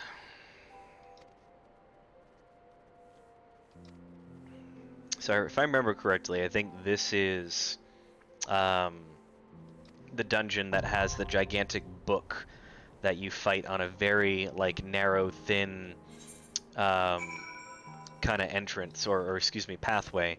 Alright, so I've got 6 minutes. Maybe perhaps it's enough time to get through the great Google Library. But I'll give it a good shot to see if we can get there, because I think if we really try, I'll be able to finish before 8 p.m.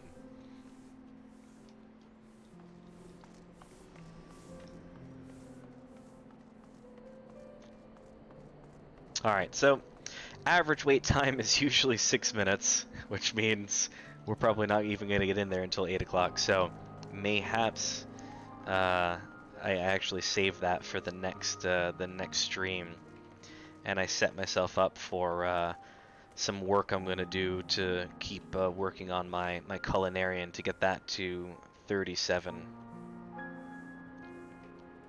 So unless this picks up really quickly, I'll give it another minute, but I'll probably wrap up. What do I want to do? Let's look at my journal, see if there's anything that I can turn in. Nope. Forbidden Knowledge is what I'm working with at the moment. There's nothing I can turn in for quick experience. Let's see. Is there anything over... So these are just Sightseeing logs, nothing there that I can think of. How are we doing for ether currents? I've got a couple here. 1, 2, 3, 4, 5 to go in this area. We're still waiting for a healer and 1 DPS for this.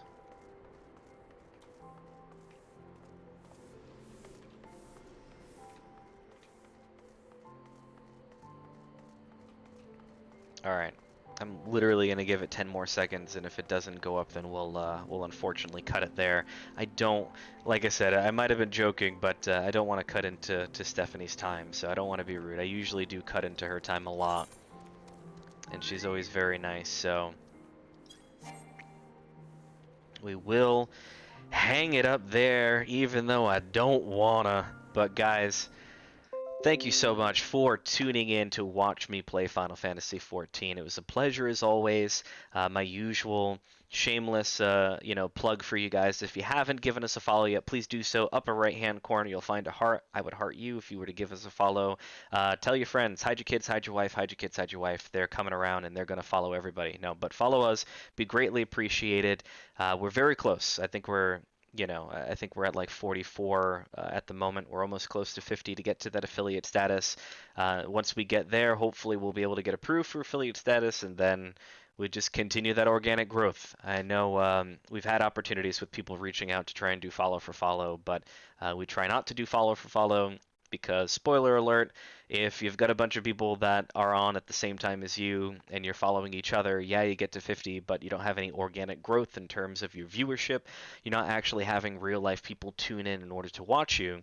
And essentially, that's how you're going to end up making, your monetization of your channel, whether if it's on a YouTube, whether if it's on, Twitch.